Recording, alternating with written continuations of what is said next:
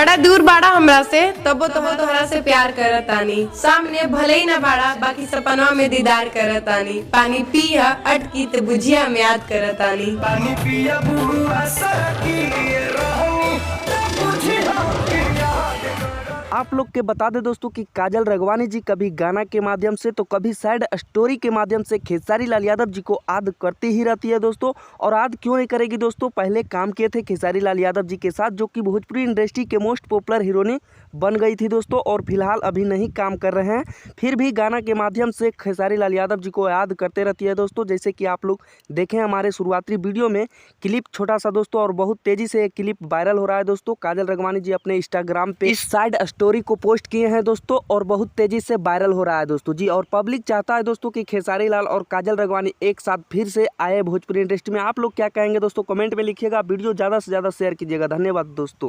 पानी पिया अटकी ते बुझिया में याद करतानी। पानी पिया बुआ